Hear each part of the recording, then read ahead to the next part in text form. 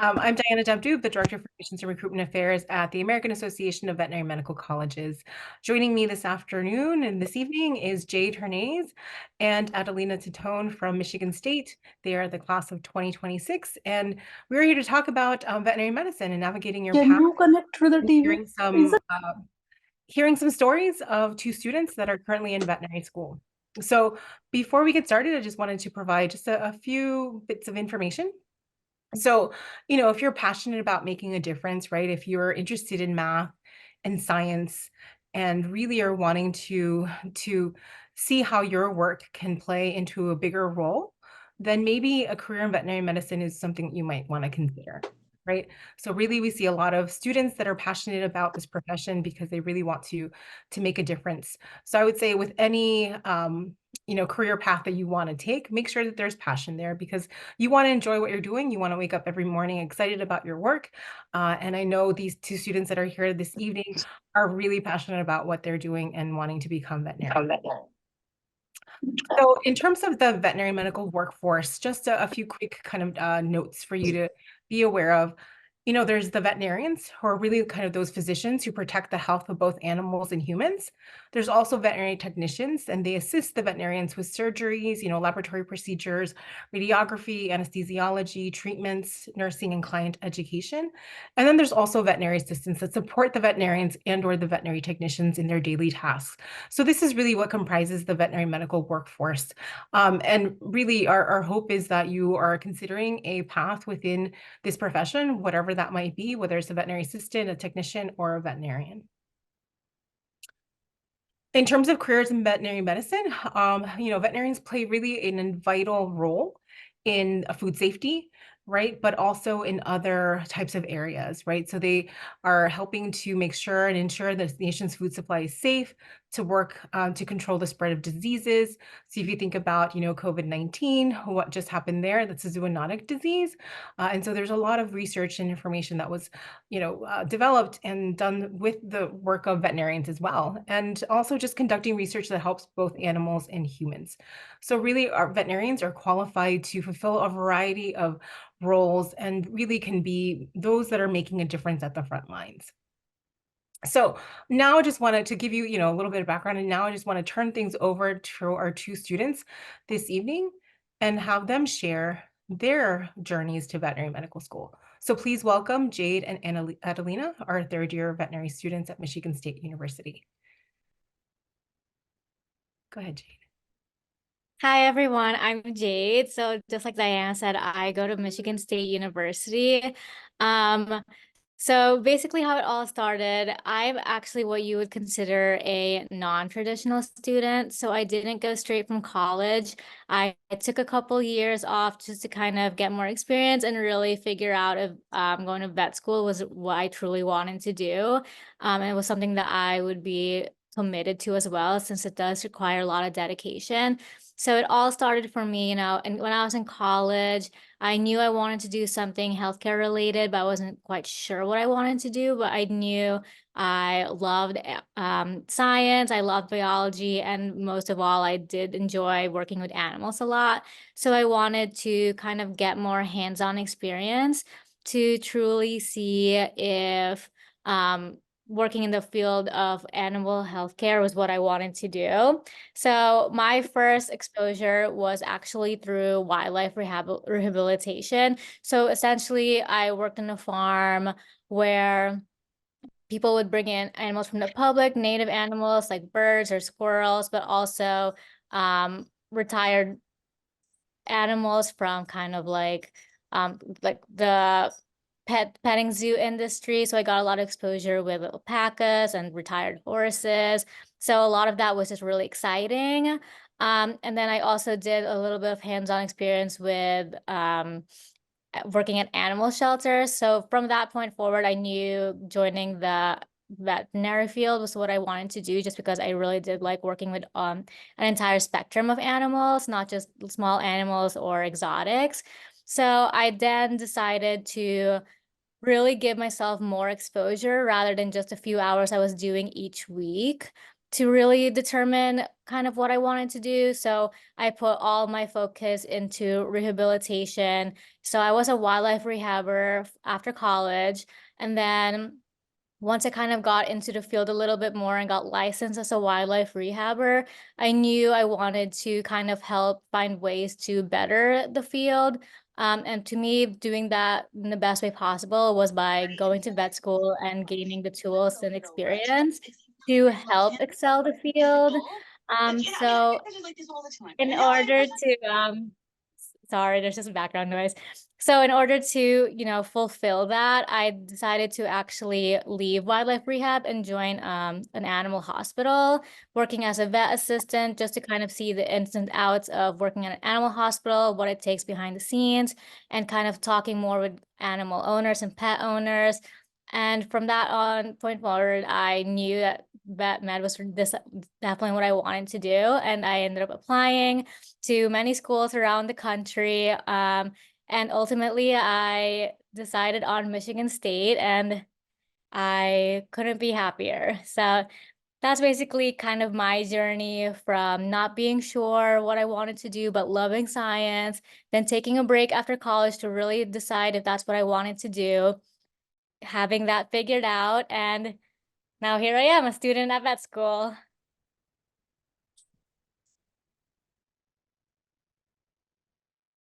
Thank you, Jade. Adelina, will you share your story with us?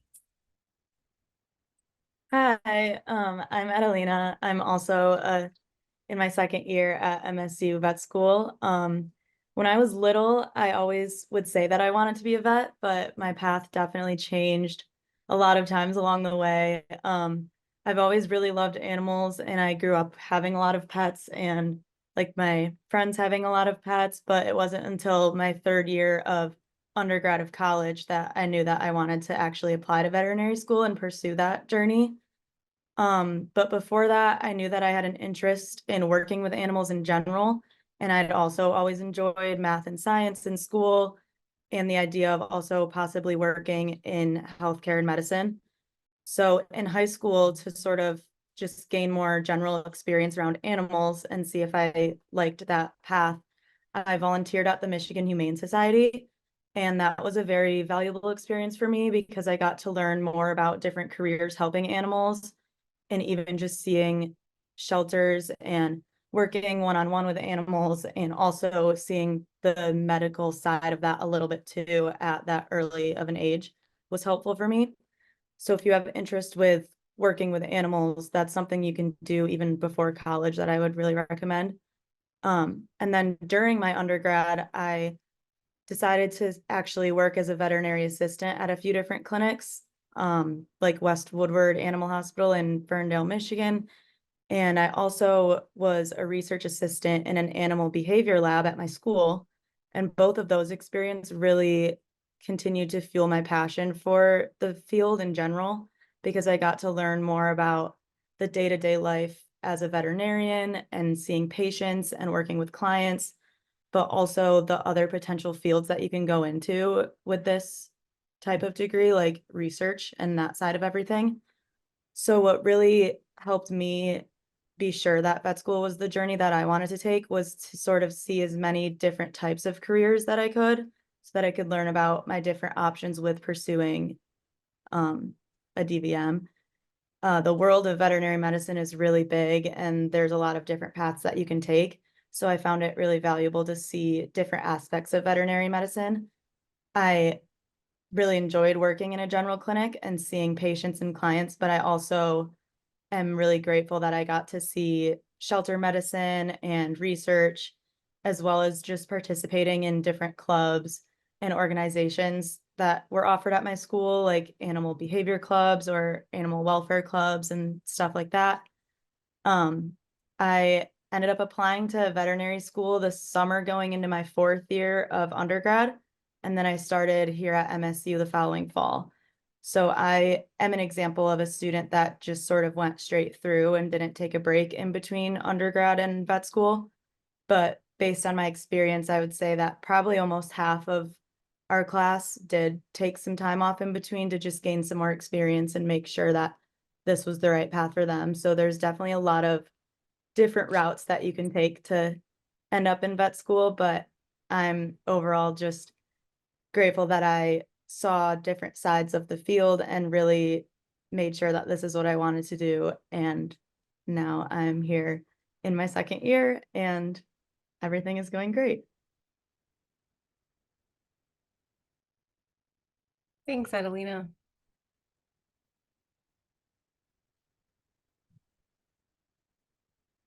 So just to go off, I don't know if you guys have noticed yet, but Adelina and I are classmates. So this is basically not every vet school is the same, but our schedule at Michigan State tends to be a little bit more focused on in classroom aspect, at least for the first 2 years. Not something you have to worry about right now, but right now a lot of our focus is on studying and a lot of book work. So basically, and everyone's different, but wake up time also depends on your commute. Some people do travel an hour and a half. Some people are quite close, less than 10 minutes. So it differ on where you are. But essentially, a traditional day goes or something like this. We're around 6:30 to 7. We're waking up, we're having breakfast, or kind of just getting ourselves ready to get out. And then we do have long lectures. So a lot of the times they do run for 4 hours. However, professors are understanding in that we cannot focus for 4 hours straight. So we do get 10-minute breaks here and there every hour or so where we can go to the bathroom, get a snack break, stretch our legs, go outside if we need to, stuff like that, whatever you need to do to kind of get yourself back in the zone, because it is hard to stay focused for 4 hours straight. So depending on the day, we also do either have lectures in the afternoon or labs in the afternoon. But most of the time they are split up. So in between morning and afternoon, there's an hour of lunch. So people take it all differently. Some people take the time to get started on their homework, review what just happened, just start talking with friends, or we also have this thing called lunch and learns, and I think a lot of vet schools around the country actually do it as well. So essentially, it's where clubs have members come in from the organization from around the field who are well versed in the practice and are also just professionals within the field. They don't have to be doctors per se. They can be, the CEO of corporate hospitals, things like that. Where students can kind of learn more about things they can do outside the field. Sometimes lunch and learns also extra opportunity to learn about something specific, like a certain disease. So it's really just an opportunity to learn something outside the scope of what you're actually doing in the classroom. So it's always exciting. And most of the time, lunch, it does come with it. So that's another plus. But anyway, so in the afternoon, this pertains more to first year where you're doing anatomy labs, where you're working on the cadavers, deciphering the muscles and the nerves, and or practicing on live animals. So our skills on doing physical exams on dogs or horses, or manipulating or moving around their limbs, just to really get a feel of what's supposed to feel normal and what's not normal. And then around the evening, some people do stay on campus to study, stay focused. And there's also wet labs, which are labs that are offered by the clubs in the school. So for example, there could be an ophthalmology wet lab. Ophthalmology is a focus on eyes. So they could have ophthalmologists come in, and people can kind of either bring in their pets, or they have models come in and people practice how to do eye exams, look at eye diseases and things like that. So that's a typical day. Not every day is the same. Sometimes we get out early, sometimes we get out later. Some days there are no labs, some days there are only labs and no lectures. But essentially what I have listed and what I just explained is our typical day as vet students.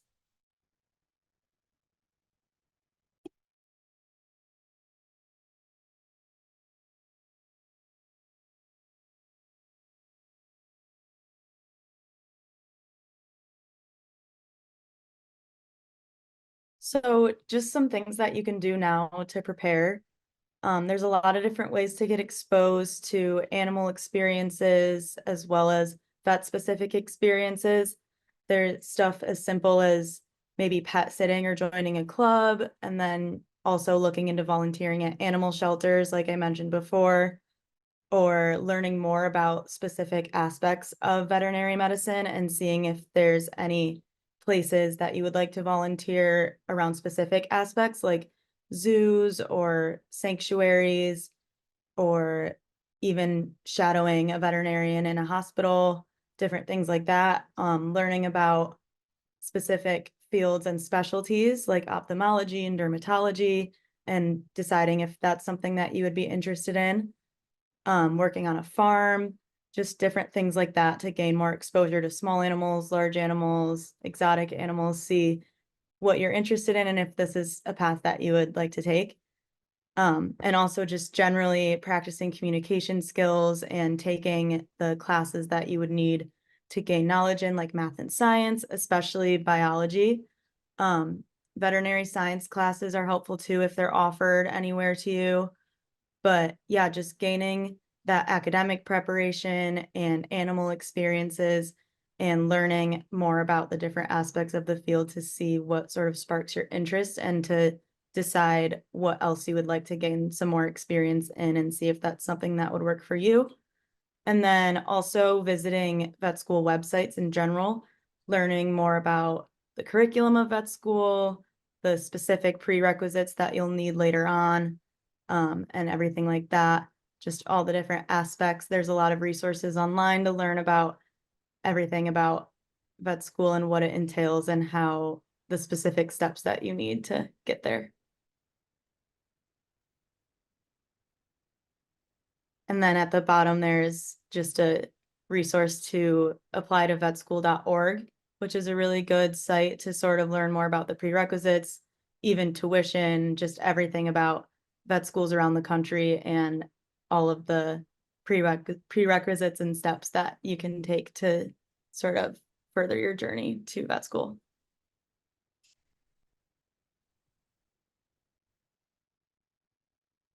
So just to kind of close off on our main parts of the presentation before we kind of get into the questions that you guys might have, we just wanted to kind of emphasize how, as Diana and Adelina had alluded to, there's a lot of different ways to go to vet school. And, if along the way you decide you want to do something different or you want to specialize, it's important not to kind of pigeonhole yourself or, like have tunnel vision.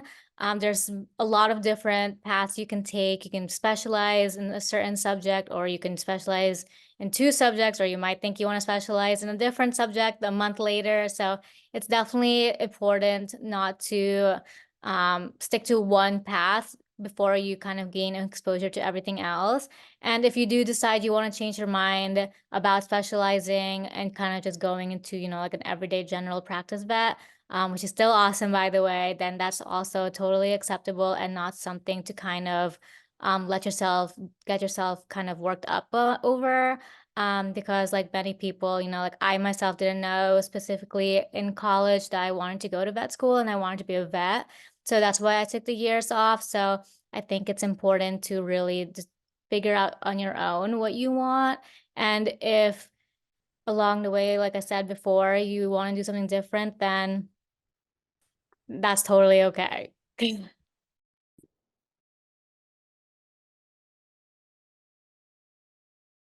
So just a little bit more general advice. Don't be so hard on yourself. There's a lot of information that will come at you, like especially as you're gaining new experiences and learning new things, and it can all be overwhelming. But the fact that you are already seeking out webinars like this and various resources is a great sign, and everything that you're doing is showing that you're on the right path. And just believe in yourself and make sure to allow yourself to be proud of accomplishments as they come. Even if they might seem small at the time, everything adds up to your final journey.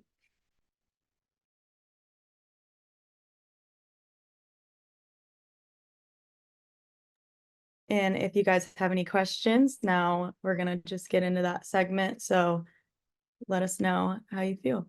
Yeah, go ahead and either put it in the chat or if you wish to unmute. I'm just going to slide it to the next slide. So in case somebody does want to write down our contact information, because I think I'm going to just stop sharing screen so we can all see each other, and then I can ask the questions. There's lots of questions coming in, so Adelina and Jade, be prepared. All right, I'm going to stop sharing my screen for the moment so that way we can see everyone, and then I can get to the questions. All And right. Diana, just wanted to share, we will be sharing this presentation out with everyone tomorrow. So you will get a copy of the video presentation. I know that's come up quite a few times already. Great, thanks. Okay. Okay, questions. Okay, first question for both of you, Jade and Adelina. What were your undergraduate degrees?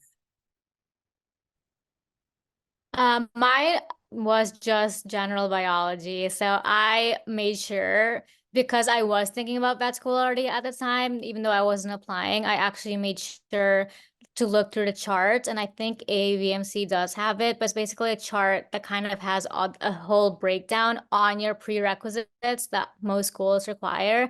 So because I was just a biology major and not anything like pre-vet or pre-med, I just made sure to make that I was fulfilling the prerequisites. So you can be any major you want as long as you fulfill those prerequisites. So make sure to do your research if that's the route you're gonna go through. Yeah, my major in undergrad was actually neuroscience, which I would say is probably pretty uncommon for vet school students. But yeah, you basically can major in whatever you want as long as you make sure you're getting all of the prerequisites done as you get through undergrad, and just making sure that vet schools can see that as you're applying. Great. And I'm gonna take someone that wants to unmute themselves. So Carter Bell, you want to go ahead and ask your question?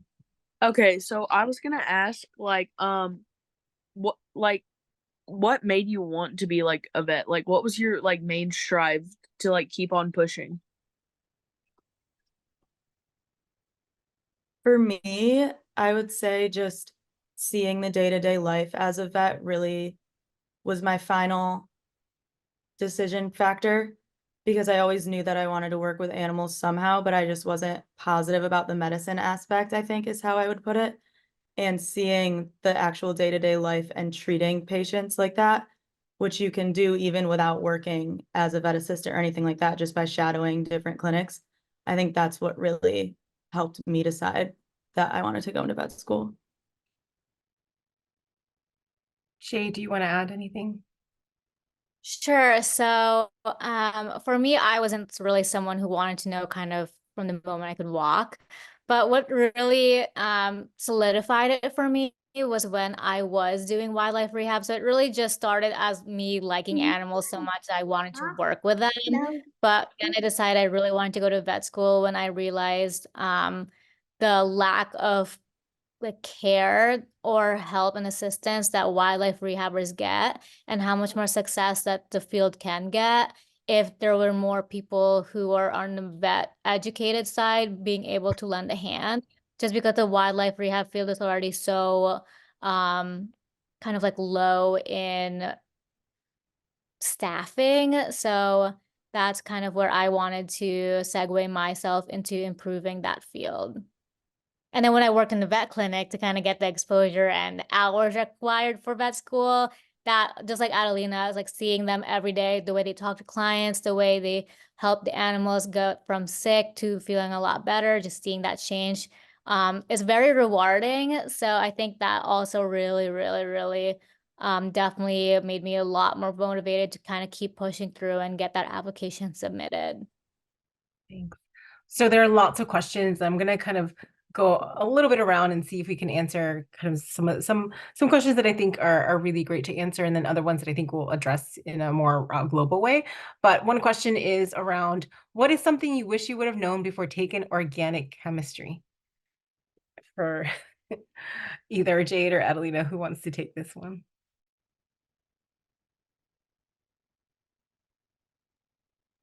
Well, Okay, Adelina can go. sorry, you go ahead. Well, I was gonna say that I personally was good in general chemistry. So I think with organic chemistry, it's so different with every school. And I think a lot of it was just being prepared for the conceptual aspect to it. There's no memorizing, and it's just a big transition to go into it. So don't be so hard on yourself if you don't do well.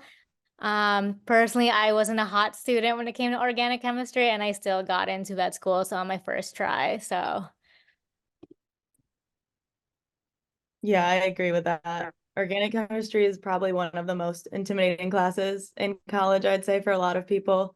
So just keep that in mind. Obviously, having an understanding of the basics in general chem is going to help a lot. And then also making sure to like utilize your resources around you and your peers and study together and just help each other out was something that helped me a lot in my experience. Great, thanks. So there's a few questions that I think we can just answer globally around like what major do you need to be in college to become a veterinarian? And I believe Adelina and Jade both kind of said this. You don't have to major in any one area. I will say, looking from who applies within the application, the majority of students are either biology or animal science majors, but you can major in anything. And really, it's just making sure you know what the course requirements are and meeting those requirements. The other question that's in here is around any specific entrance exam that you have to take. There used to be a requirement for the GRE, but only 2 schools currently require the GRE. So I would say there is globally almost no entrance requirement for entering into veterinary medical school at this point, with only those 2 schools that require the GRE. And that's only if you're going to be applying to those schools. I'm going to take another hand raise, and I'm so sorry that I don't want to mispronounce your name, but Hamsawani? Yeah, yeah. So basically, I was just gonna ask, like, is there a different like process for non-citizens To apply applying to apply to veterinarian like schools, or like just normally like volunteering or something like that? So if for non I guess US citizens, you would have to find out first if the school does accept international students or students right from foreign countries. That would be kind of point one. And there was a resource that was shared that was the applytovetschool.org. And so you will be able to see if that school accepts international students or not. And then essentially the requirements are the same for the international student, unless you're an international student that's applying in a separate way to like another international school, if that makes sense. But if you're applying to US schools, you would still be required to meet the same prerequisite coursework and apply through the same manner, which is the centralized application service, which is called FEMCAS. So there's nothing different. If there's a question around like if you studied abroad to become a veterinarian and then want to come to the US to practice, then there is a whole process that goes into that if you wanted to do it that way. Yeah, thank you. Sure. All right, there's lots of questions. Let's see. Another question. What is the most rewarding aspect of veterinary school?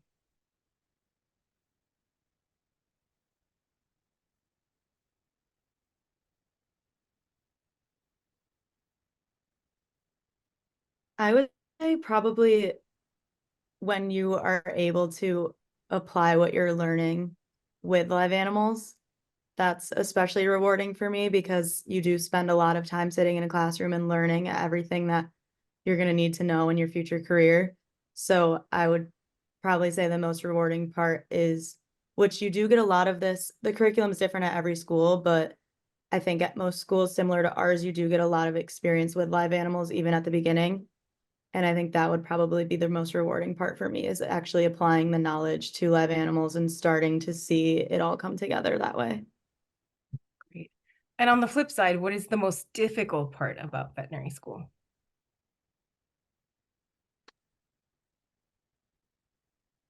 I would say just like the long hours of studying. It's sort of a level of studying that I personally haven't experienced before. It's a lot different than undergrad, and a lot of it is very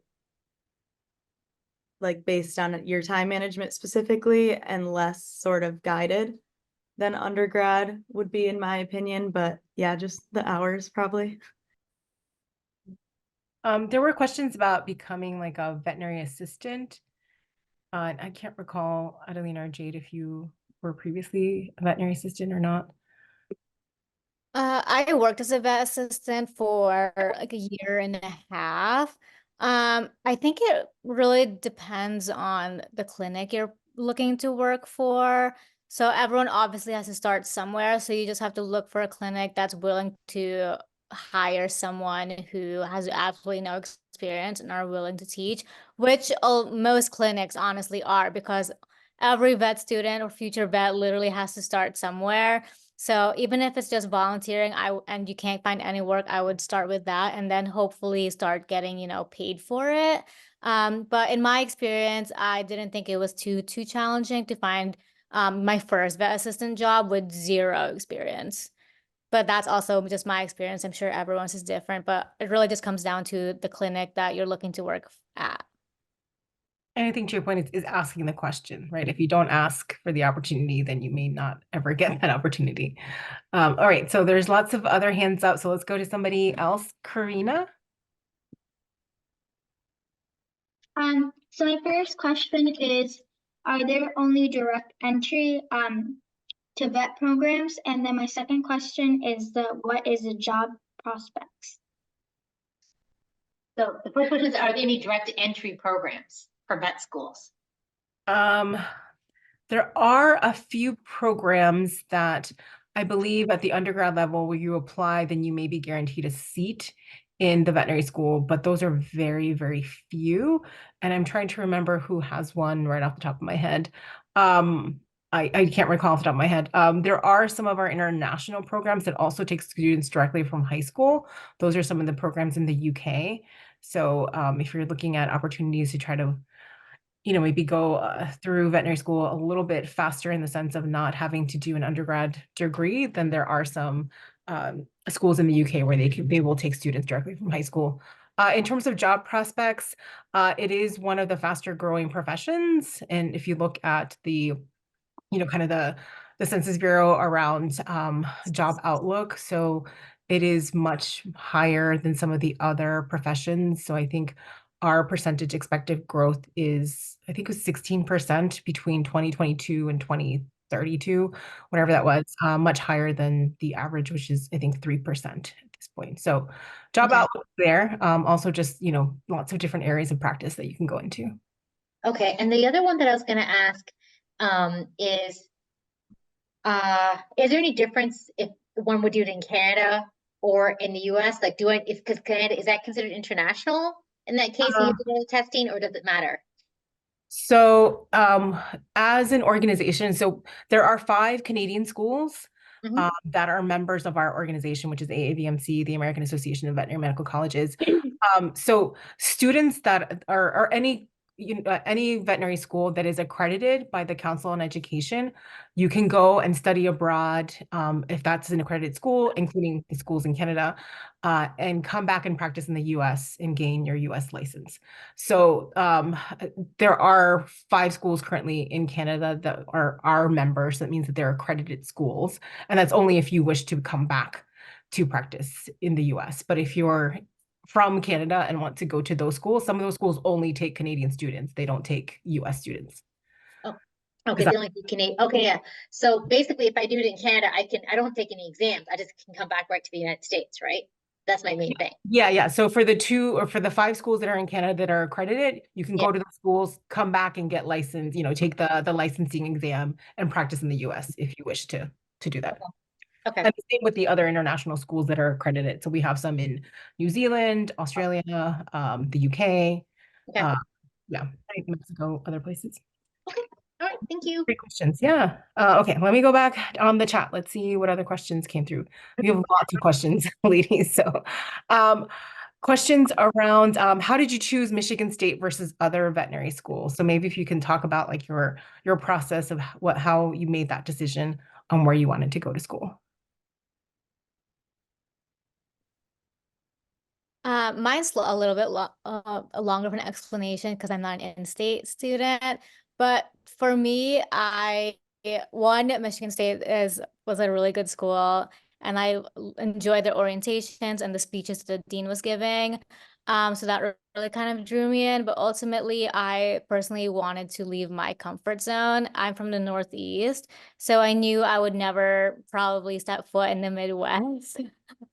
So I wanted to kind of get that exposure and see where life would take me. So that's how I chose Michigan State, and I don't regret it at all.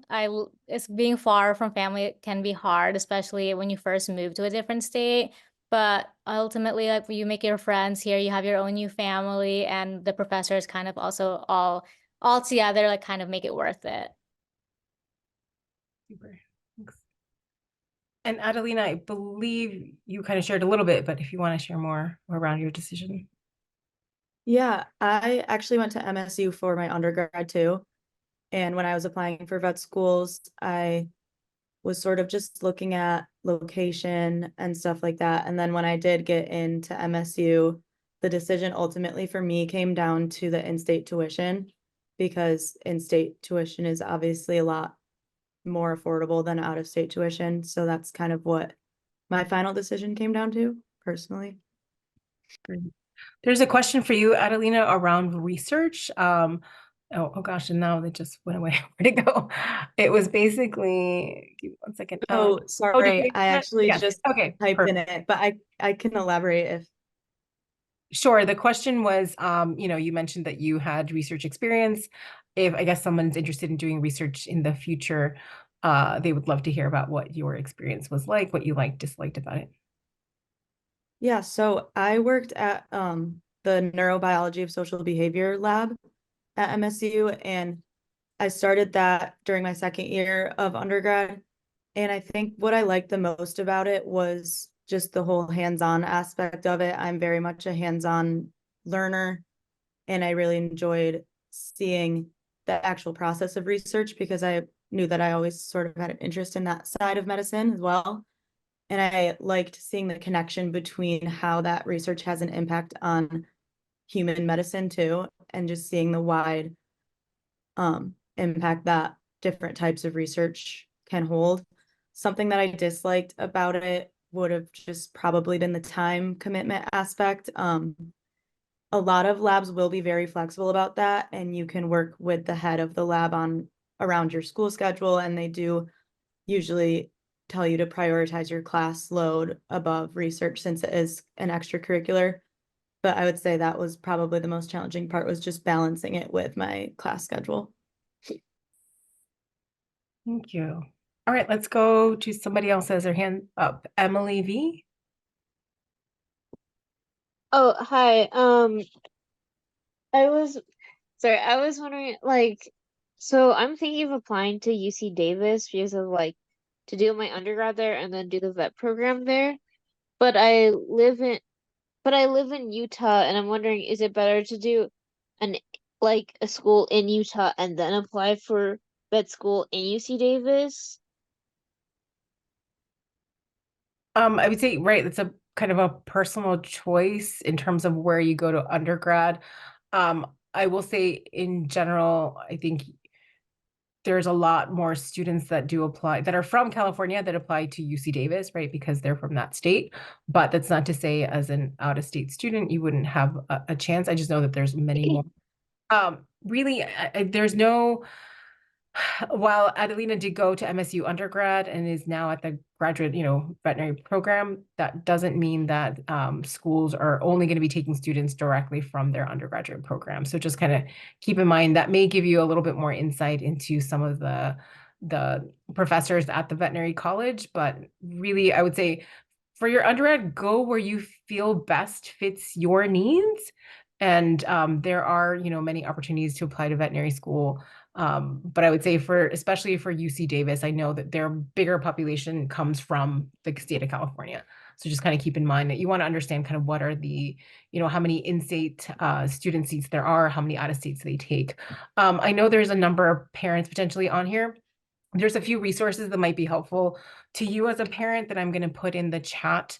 And one is admitted student statistics. I think there was questions around GPAs. So you could see on this little kind of map, each of the dots represents a college of veterinary medicine. And you can see for that particular college what is like the total class size, the total number of applicants that they had, their mean science GPAs, overall GPAs, to give you a better sense, especially if you're in a particular state and are looking, or your child may want to apply there.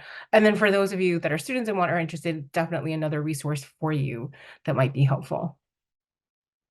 Anybody want to add anything else around the question about UC Davis for Utah? And also just keep in mind, veterinary medical schools, there's only 34 US veterinary medical colleges, so there may not be potentially one in your state, and you may need to be applying as an out-of-state student. Right now, there isn't a university in Utah. There is 2 in California, Oregon, Washington State, and Arizona has 2 schools kind of on that West Coast side.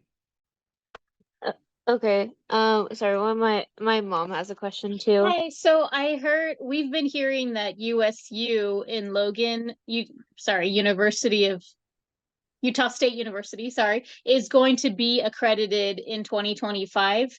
Is that True or have not? you heard of that or? Yes. I mean, currently they are not. So the other resource that I can put in here, so there is an accrediting body, which is the Council on Education.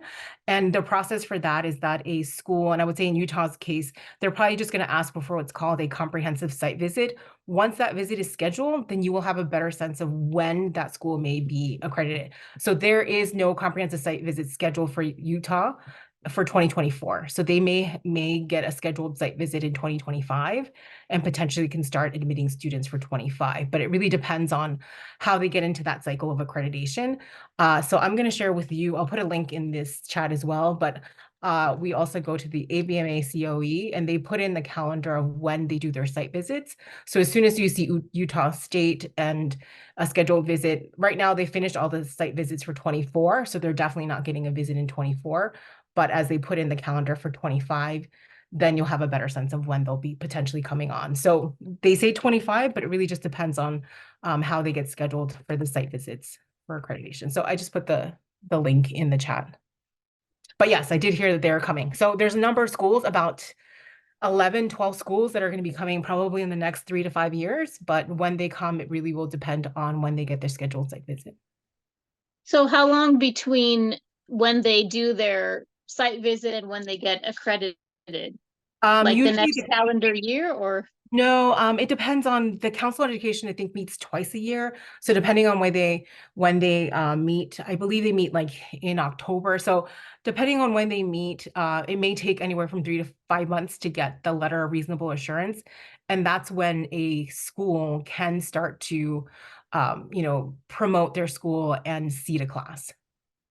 Okay, I guess our question is it worth it to pay out-of-state tuition to go like finish high school in Utah, go to UC Davis as an undergraduate out of state to get more of a chance to get into their vet school, or is that not worth it? I would say there's probably a better Michigan question. or wherever. Yeah, that's probably a better question for UC Davis because it really depends on how many students they take from their, and I don't know if they have a specific number of students that they take from their undergrad program, but really every pool is different. Right, I don't know how to best advise because it's really a personal decision on funding and where you want to send your child. I don't necessarily promote that it is an advantage to go to an undergrad program where there's a veterinary school per se, because that's not a guarantee that you're going to get into the veterinary program. And so just wanting to be cautious about not setting expectations that if you do go to an undergrad program, your chances are higher. That's not necessarily the case. They're looking at the pool for that year and what comprises that applicant pool. And it could be that their out-of-state applicant pool is a bigger pool for that cycle, right? It's all kind of dependent on what they do. I'm happy to talk more offline and provide a little bit more guidance, but I do feel that's more of a personal decision on where to go, given just every school is a little bit different in how they decide on which students they're going to be accepting and from where. So I know that doesn't answer your question, so my apologies, but feel free to thank you. and we can have, further conversations around that. Thank you. Thank you. Um, Jane and Ellen, I know you probably were answering some in the chat, but let me see what else is in here. There's questions around, do you need a bachelor's degree to become a veterinary assistant? I don't think any of you were probably still in undergrad when you were doing experiences. So I don't think there's any requirement for degrees with regards to veterinary assistants. And honestly, for veterinary school, there's only 2 schools that require a bachelor's degree, but the majority of our students do actually end up having bachelor's degrees because of the years that it does take to get those requirements in. Let's see, what else? Some other questions we answered that. People are asking about your GPAs when applying to veterinary school.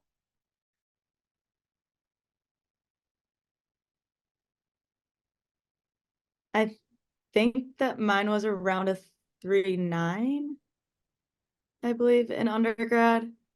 High school GPA is not going to matter by the time you're at that stage. But yeah, I think mine was around a 3.9. But I also think that vet schools definitely value experience, and you're going to have to write a little bit about yourself when you're applying to. They definitely value experience and what you have to contribute more, I would say.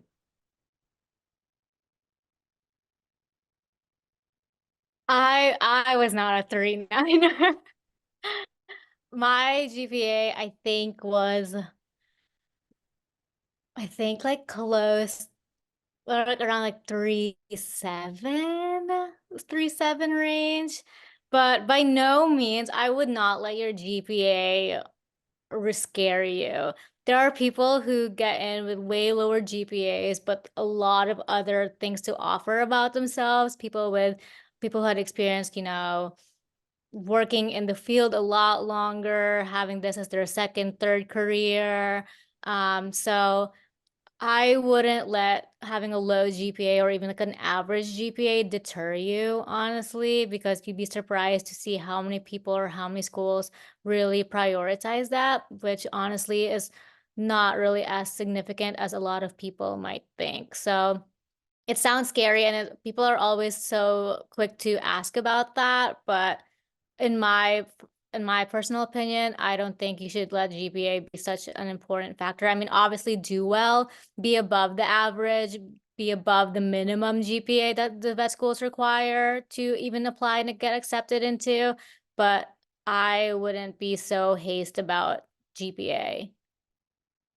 Yeah, and I'll just That's add that, yeah, schools are really looking for you as an entire person. So it could be that maybe you had a semester that didn't go so well, but you were also volunteering, you had a job.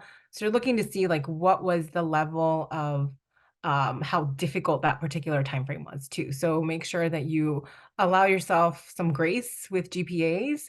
And I think the biggest advice here is that you don't necessarily want to compare yourself to other people because you bring different unique experiences to whatever aspect of the application you want to share, but it's not necessarily about I have a 4.0, 3.9, 3.7. It is what you're bringing as an entire student. That's really what the schools are looking for. All right, let's take a few more of the hand raise.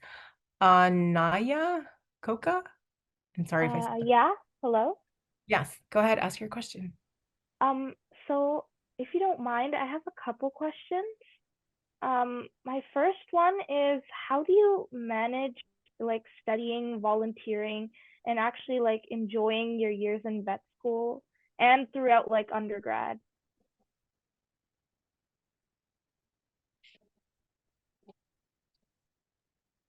For me, so I think you're asking about undergrad specifically. For me, it was definitely similar to my vet school transition. Like you're studying a lot, you're trying to get the best possible GPA. I also worked, I think, like 2 semesters, but it's all about time management because at the end of the day, you have to be willing, you have to do what you have to do. If you have to work, then it's something you kind of just have to figure out how to fit into your schedule. But being able to understand that you might have to put in later hours in studying because you obviously don't want your GPA to go down, but also vet schools do understand that you're human. So if you don't have the GPA you're looking for because, or you didn't do so well in certain classes because you might have taken extra hours, it's something they are willing to kind of take in during like your interview process, or even like your personal statement, or sometimes they even have personal like paragraphs or like questions that you write about. So I think that was my taking. I don't know if that answers your question or if Adelina has more to add.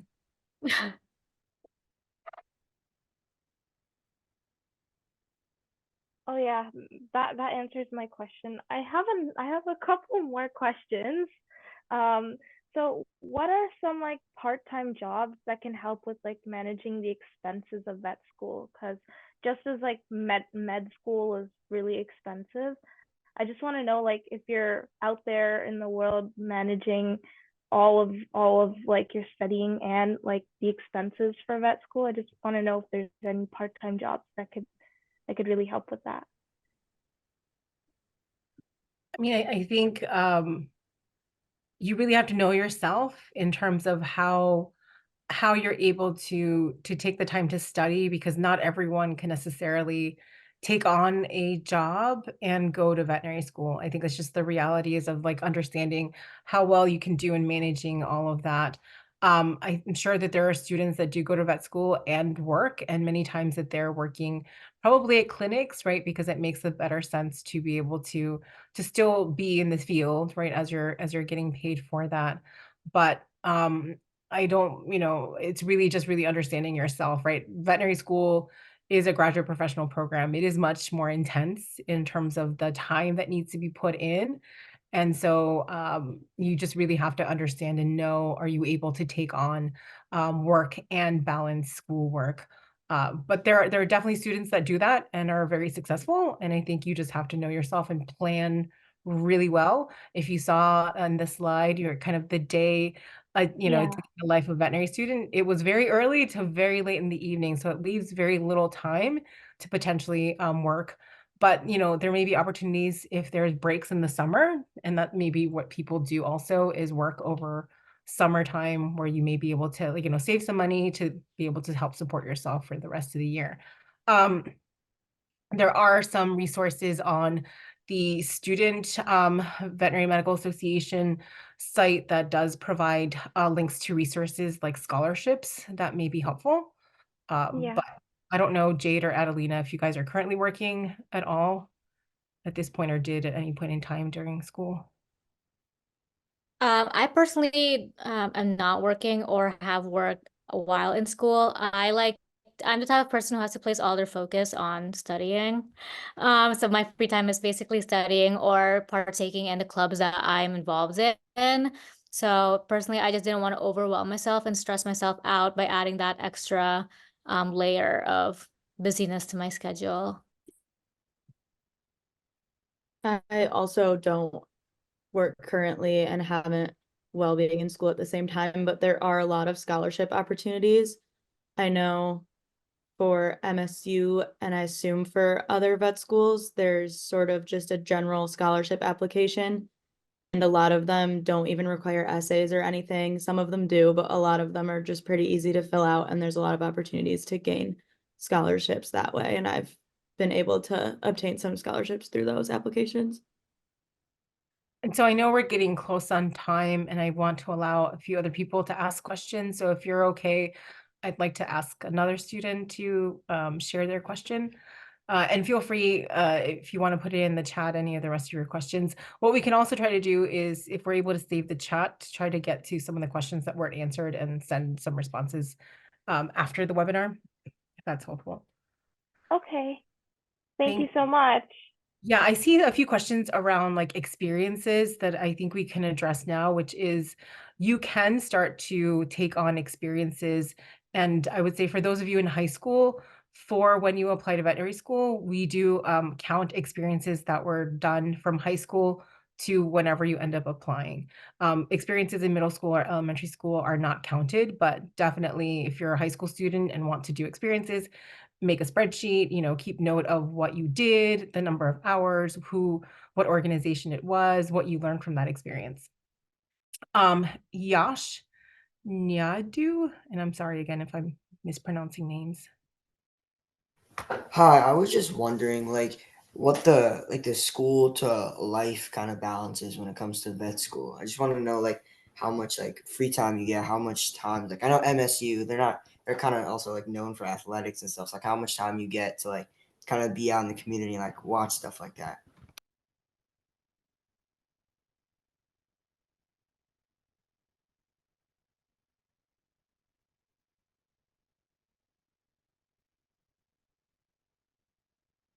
Jade or Adelina, you want to try to answer that question?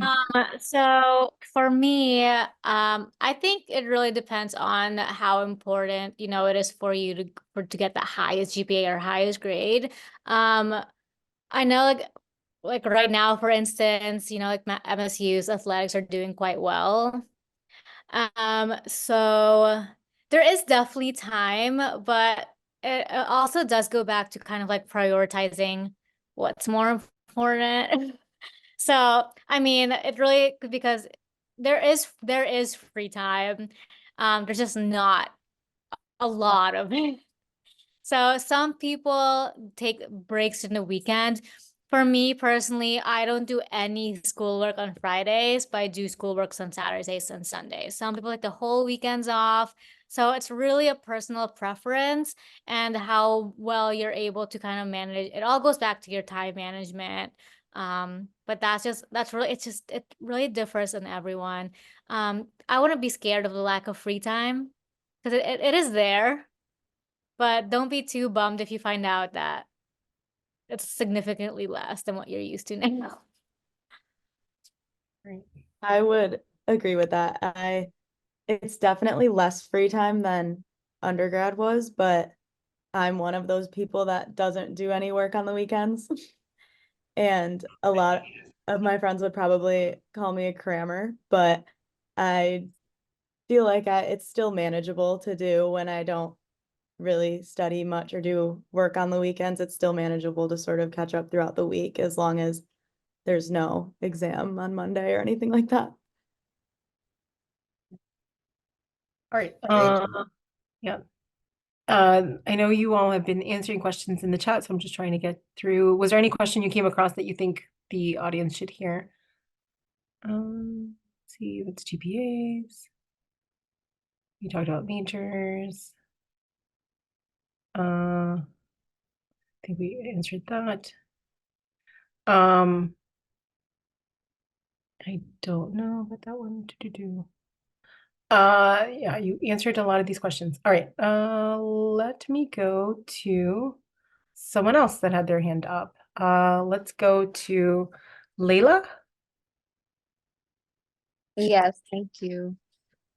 I had a question about scholarships, like if any of you knew about scholarships that I should definitely try to look for and apply for immediately to get into vet school and to get into undergrad, because I know I'm looking for a scholarship to ANCAP personally, but just generally any animal science, anything related to veterinary science, scholarships or anything like that. Any recommendations? So I believe many or almost all schools do provide some sort of scholarship to students kind of in their first year. Some are specific scholarships to students later in years. And then I am going to post in the chat, SAVMA, which is the Student American Veterinary Medical Association, does have a page on awards and scholarships. So that can give you a really good idea of different types of awards and scholarships that may be available. I'm not too sure about undergrad programs per se. And I'll also I think there's another link that I can share as well that might give you some good resources or links to check out. But it's never too early to start researching that. So I think that's a really great question that you're asking. And let me see if I find something else, I'll put it in the chat, but I just put the one already. Let's see. I know maybe we have time for one or two more questions before we're kind of really at the time limit. I think you answered this question, but there's questions around, would you recommend a pre-vet track or would it be better to do a specific major like a biology or animal science?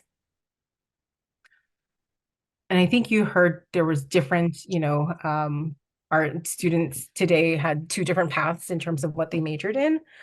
So really it just depends on what you're interested in doing. If you're trying to really meet the veterinary requirements, then it's probably beneficial to look at either a biology or animal science, depending on what your school offers. That will allow you to meet most of those requirements. But if you're interested in something completely different, right? If you want to be an English major, then be the English major and continue to take coursework to meet those requirements. So really, while it is, math and science are important, it's also important to continue your, skills development in other areas such as communication skills and things like that. So just kind of keep that in mind. All right, let's see. Tony, you had your hand up and you've been waiting patiently because I can see your camera. Yes, I know this question has been answered multiple times, but I just want to learn more about it. It's about shadowing. So, how do you start shadowing? And do you also need preparations before shadowing? Adelina or Jade, you want to answer? Weird. You don't need preparations before. I went in shadowing with absolutely no experience beforehand. And the way that I did it was just email clinics and reach out that way and ask them if they offer any opportunities for students to come in and shadow and what that would sort of look like, and just create your schedule with them. If it's one day, if it's multiple times, it just is all going to depend on the clinic and what you're looking for. But yeah, I would just say emailing around and seeing what's available near you. Okay, thank you. All right, so I will keep answering questions until Bobby tells me I need to stop. But let's go with Sam. You have a question, Sam? Sam, are you still here? And if there's only Sam Bonifield? All right, well, if they're back, Elsa Vida, you truck? I was wondering if doing advanced math helps you in any way during vet school. So I can speak from what we see in the applicant side. We see a lot of students, especially high school students, that have the opportunities to do dual enrollment, meaning you can get college credits right while in high school or take AP courses. I would say that can definitely help you meet requirements potentially quicker and allow and free up your ability to take different types of coursework in your undergraduate education, if that is something that you're interested in. So I would say whatever you have available to you at your school, whether it is either AP courses or dual enrollment, that I think it's something that would be beneficial to you to kind of get a potential head start and having more of an awareness of what are some of the courses that you can take while in high school, but also know that there may be an opportunity for you to take even higher upper level sciences while you're in undergrad. So if it's available to you, I would definitely explore it and see if that's something that you can consider doing. Not to say that you have to do it. There's many students that don't necessarily come in with AP or dual enrollment courses. And I don't know, Jade or Adelina, did you come in to veterinary school with, to veterinary school with dual enrollment? Or sorry, to undergrad? Nope. So I don't know if that answers your question, but I think it gives you some good information on what you want to consider. Hi, I'm here. My name's Sam. Sorry, my mic was broken. Okay. I'm really sorry. Do you mind if I ask my question? Sure, go ahead. I'm actually looking to be a vet tech before I go and be a vet.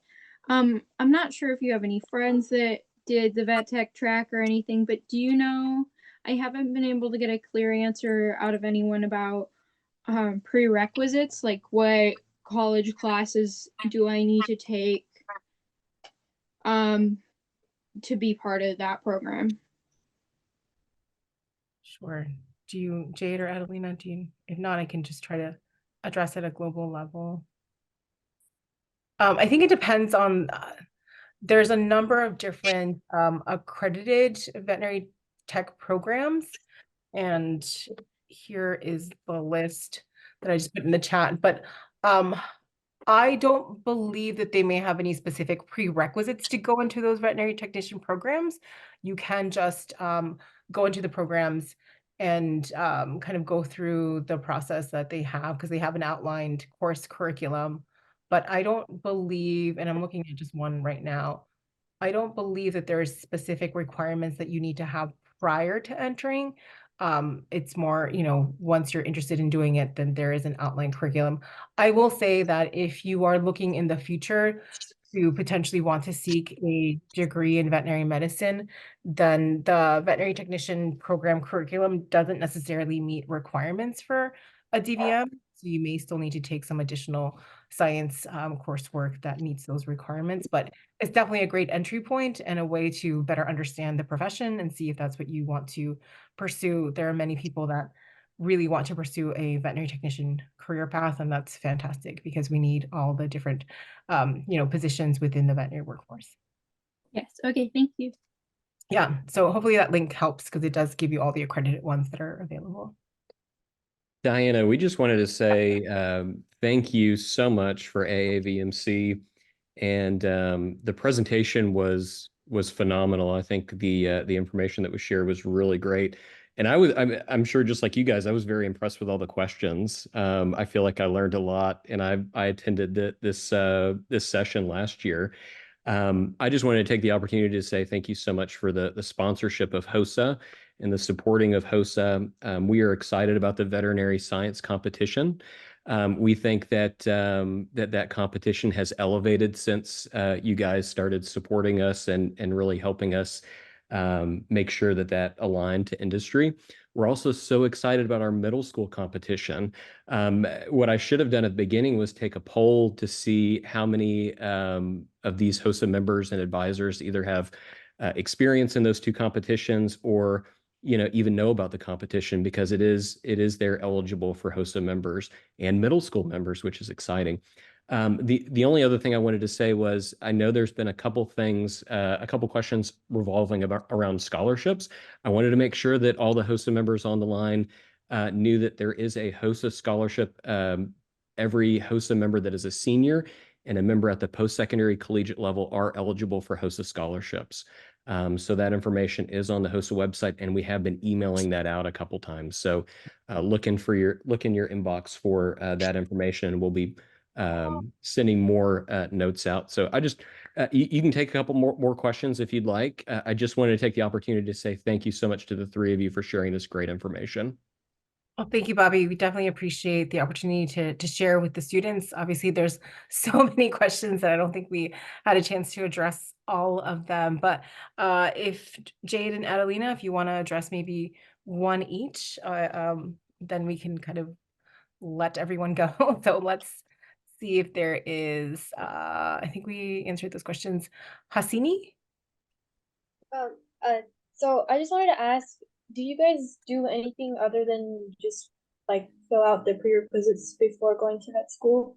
Like, do you do anything extra, like competitions or clubs that might have helped get into vet school? For me personally, I did undergrad research just for 1 year though, so I didn't do it as extensive as Adelina did. I volunteered with the community and tutoring, and I were in clubs as well. It's important to be well-rounded in college because your applications has a whole section, specifically just for extracurriculars. So that's not animal related.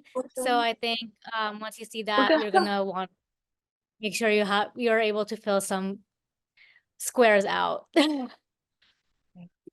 of course you did HOSA. What was that? Oh, sorry. I just said, of course she did HOSA as well.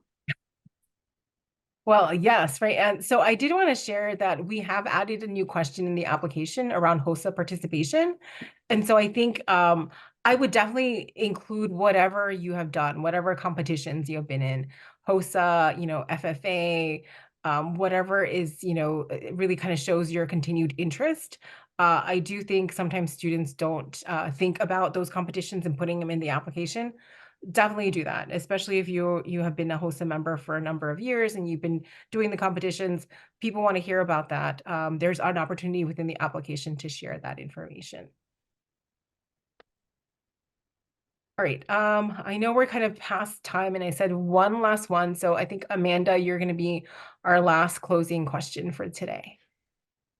Hi.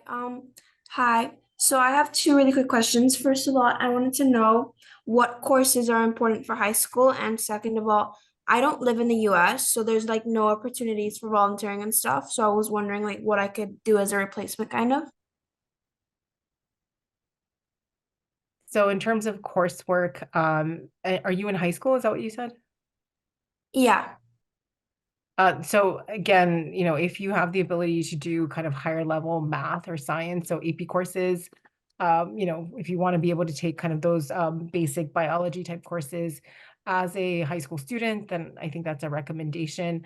Really, it would be, continuing your interest in terms of, opportunities. I don't know where you're living right now, but if you're not in the US, there's still probably some places that you could go, whether it's, shelters or other places. So I would say try, if you don't ask the question, then you're never going to know if you were able to get that opportunity.